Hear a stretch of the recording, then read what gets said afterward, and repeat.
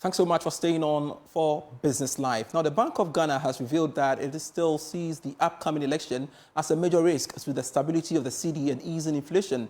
Well, this was captured in the bank's monetary report covering operations ending July this year. There is more in this report.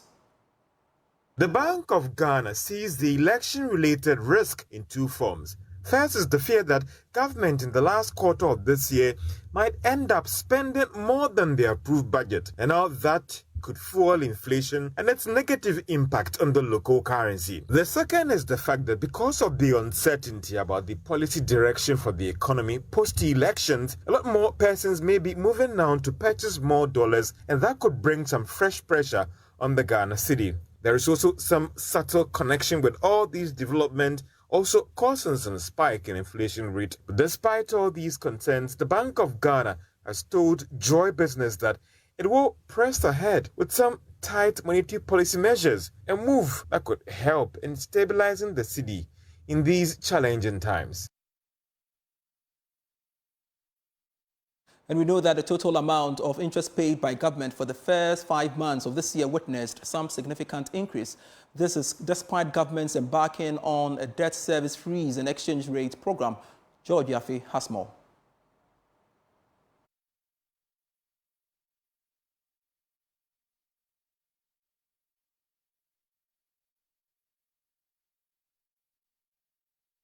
The Bank of Ghana data for the first 5 months of this year showed that the total amount of interest paid stood at a little over 19 billion Ghana cedis. This is quite lower than the 26.35 billion Ghana cedis the government had programmed in the 2024 budget. However, when you look at the amount paid in the same period for last year, it has gone up from 13 billion Ghana cedis to a little over 19 billion Ghana cedis. For some, the development can be described as interesting, looking at the fact that the Ministry of Finance had embarked on a debt service freeze and debt restructuring program to try and significantly reduce its interest payment obligations. However, the Bank of Ghana data showed that government's interest payments are still high. However, government is insisting that when you look at the programmed amount for this year, there has been some reduction, and it shows that they are working to reduce the amount going forward. It is not clear for now how this could impact on expenditure and the budget deficit, especially in an election year. To elevate the topic further, joining us via phone is Professor John Gachi. He is the Dean of the University of Cape Coast Business School. Professor Gachi, thanks so much for joining us on Business Live. And first of all, I want to understand whether this is indeed surprising when you hear interest paid by government for the first 5 months, for instance, of the year witnessed some significant increase despite the exchange rate volatilities and, of course, the debt restructuring.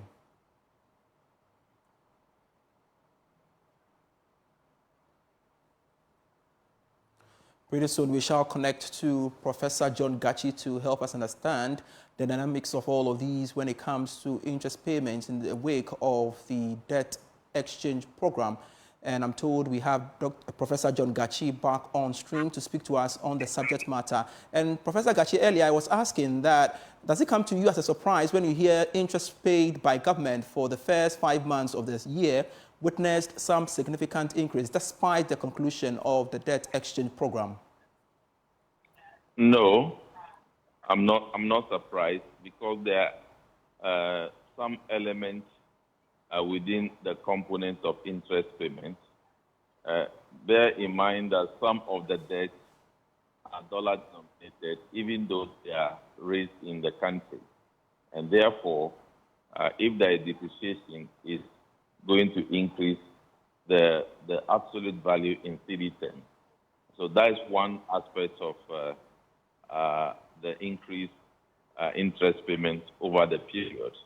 Then again, when you are accumulating debt, the interest is also accumulating depending on the size of the debt. So I'm not sure I'm surprised about that.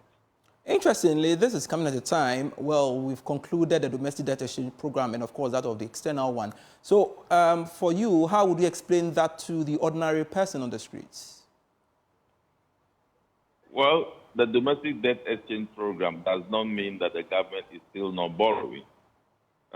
So if you borrow, you need to pay interest. And again, if you are paying interest on debts which are denominated in the dollar, depreciation will affect the service of that debt. So that is the explanation I will give to them. Fair enough. So go ahead. if we manage our economy well and the CD is stable, and then we control the borrowing, then we also accommodate the interest payments that we make. All right, help me understand, what impact do you think, well, this would have on our economy largely, and of course, following the conclusion again of the debt exchange program? Your question again? I'm asking you to tell us what this would mean to our economy going forward. Well, what it means is that by the debt exchange program, we will resume especially the repayment of interest component of the external debt soon.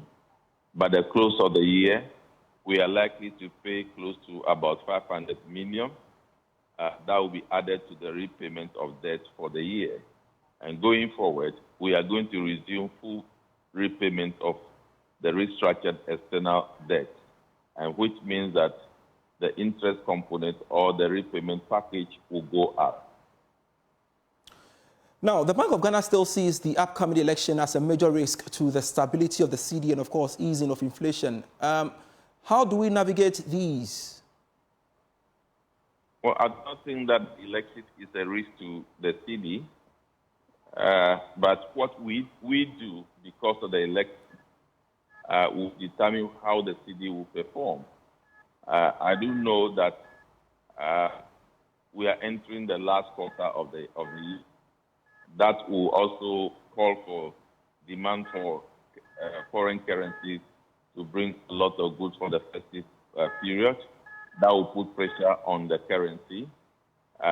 People will be importing a lot of items relating to the election.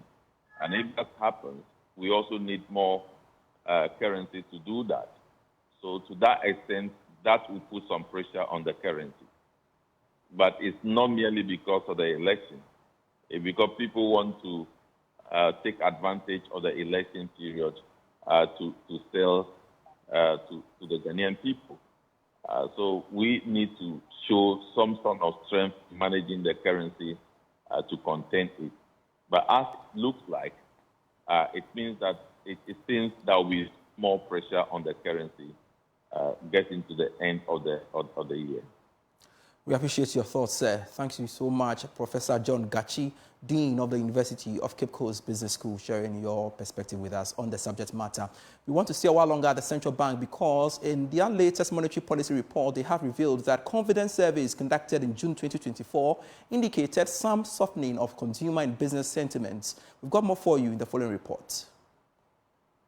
Central Bank exchange rate volatilities in May 2024 posed the biggest challenge to businesses affecting their operations. The report said the business confidence index dipped to 88.8 from 92.6 in the same comparative period as businesses expressed concern about the cost of implications of the rapid exchange rate depreciation observed in May 2024. Similarly, the report showed that consumer confidence index declined to 81.2 in June 2024 from 87.7 in April 2024 on account of high food prices and some uncertainties about future economic conditions. And talking about business sentiment, I would like to bring in the business community Greater Accra Regional Chairman of the AGI, Chonam Apelu, joins us via Zoom for some quick conversation on this. Thanks so much, Chonam, for joining us on Business Live. Now, for you as businesses, how much of an impact does the exchange rate play when you want to borrow from banks? Thank you, Pius. Good evening, and good evening to your cherished listeners. I would like to begin by saying that the issues around exchange rate constitute a major component of our decision-making in the business arena. You recall that over 70% of everything we use in Ghana is imported. And so almost everybody at a point will need to use the hard currency to transact business. Again, most of our industrial establishments rely heavily on raw materials that we import. And so they consistently have to look for hard currency in order to import the raw materials that we need. So the continued depreciation of the cedi, especially what happened in May, affected significantly the confidence that we have in the business community, because what happened was that a lot of our people are unable to cope with the high levels of the depreciation, so much so that even if you're able to import the raw materials, you're unable to make profit. So we've had situations where people need to pay for raw materials they brought from abroad, and they're actually appear to be making a lot of money. But by the time they change the Ghana cedis into the dollars, then they lose a lot. And so over time, confidence went down, and as a result, a lot of our industries have to increase the price of goods and services that we produce, making it more even difficult for the consumers to contend with. So it's a major challenge, as it were, and the report is really in place. I guess the revelation by the Bank of Ghana is certainly not surprising, but give us a situational report. So when you go to the banks, has that narrative changed? Not at all.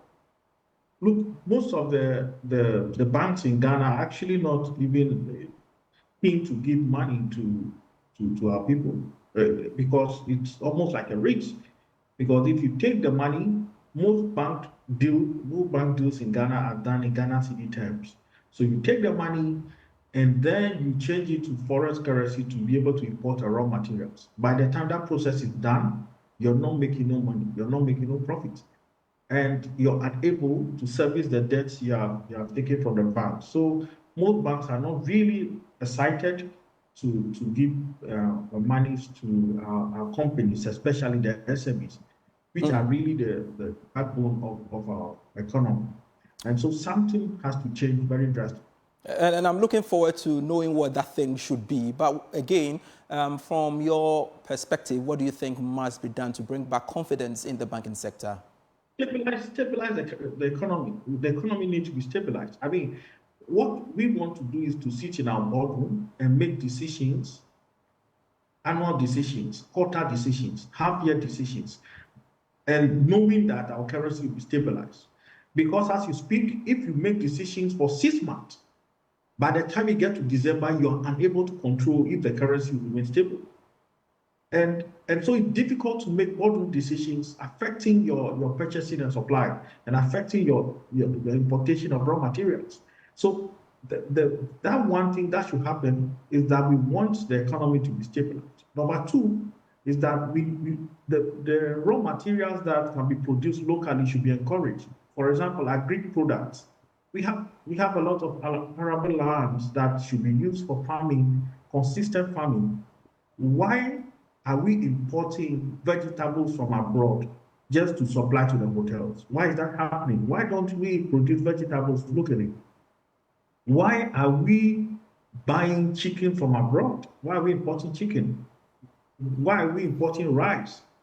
So I'm saying that we have to quickly be able to produce most of these things that we can produce locally.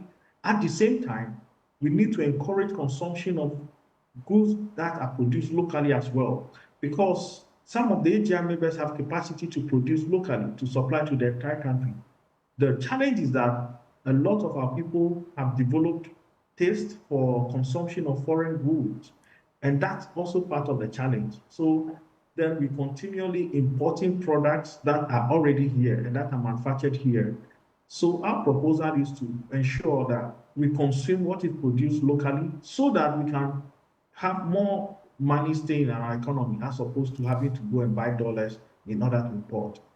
All right. Thank you so much, Shena Mafelu, for joining us on Business Live. He's the Greater Accra Regional Chairman of the Association of Ghana Industries. And to some other stories, the Ghana Mine Workers Union has served notice. It will on Monday, September 16, picket the Jubilee House to present a petition to President Akufo-Addo on the happenings at Future Global Resources BoG mine.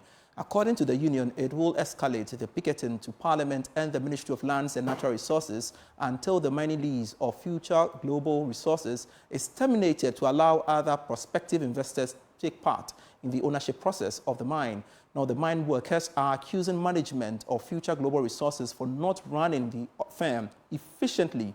Momen Abdul-Bana is the General Secretary of the Ghana Mine Workers Union. The National Executive Council of the Ghana Mine Workers Union, at this first half meeting held at the Ghana Shippers House in Accra, resolved to embark on a series of demonstrations, picketing, protest marches if the minister refuses to terminate the mining leases at the end of the 120-day notice, which expired on August 17, 2024.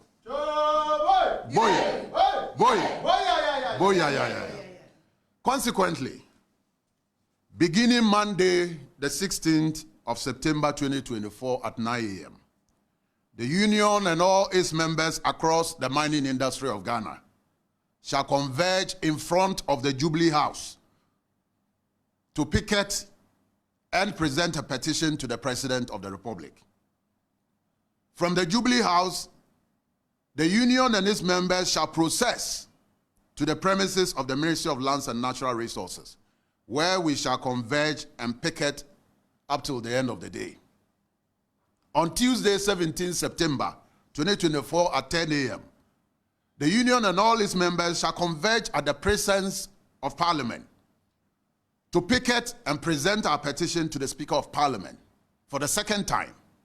It's interesting to note that the first petition that was presented was virtually jettisoned by the Speaker of Parliament and by extension Parliament. It demonstrates to all of us what persons in authority are doing to salvage the situation of ordinary Ghanaian people. But these are very, very important questions that persons in authority should begin to ask themselves.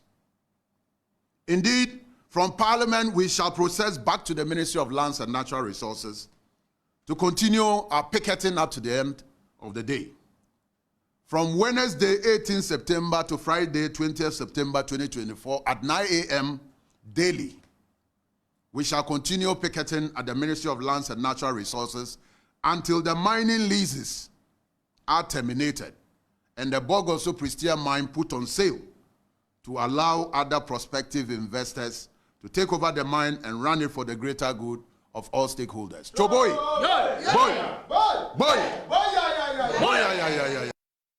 Away from the mining industry, the Social Security and National Insurance Trust SSNIT says it expects a significant improvement in its contributions by over 30% for the last quarter of 2024. Contributions for the trust for the first 5 months of 2024 grew by 28.8% to 1.97 billion relative to 1.53 billion recorded in the same period in 2023. Speaking at a breakfast meeting, the Director General for SSNIT, Kofi Bosompim Osafo-Maafo, said the trust is prudently managing its assets across the country to achieve the feat. I know, given what has been talked about in the media recently, a lot of you are quite rightly very interested in what is happening in our investment side of the business.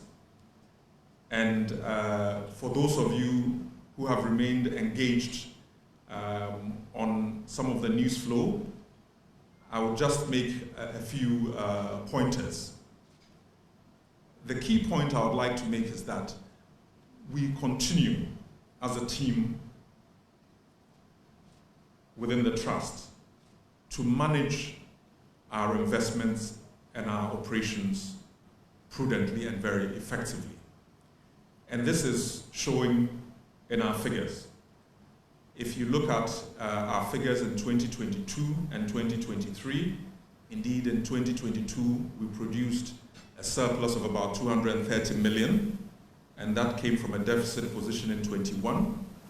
In 2023, we are looking at a surplus position of about 864 million.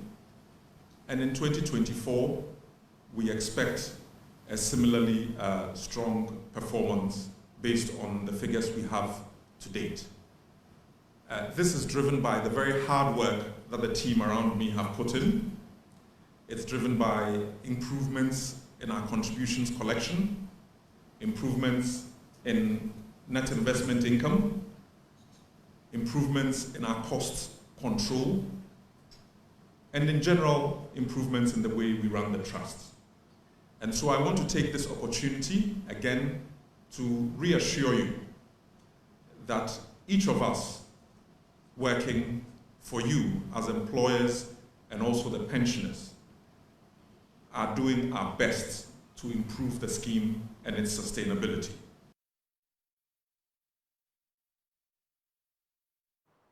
Thanks so much for watching Business Live. We've got more stories for you when you log on to myjoyonline.com/business. Mine workers to picket Jubilee House on Monday, September 16, to kick against mining lease of FGR Bogoso Prestia Mine. And we brought you that story here on Business Live. Also on that portal, new cement price regulation law passed. Trade Minister promises price reduction. We've got more stories on that portal for you when you visit myjoyonline.com. See you at 8 p.m. with Prime Business. I am Pius Kujubaka.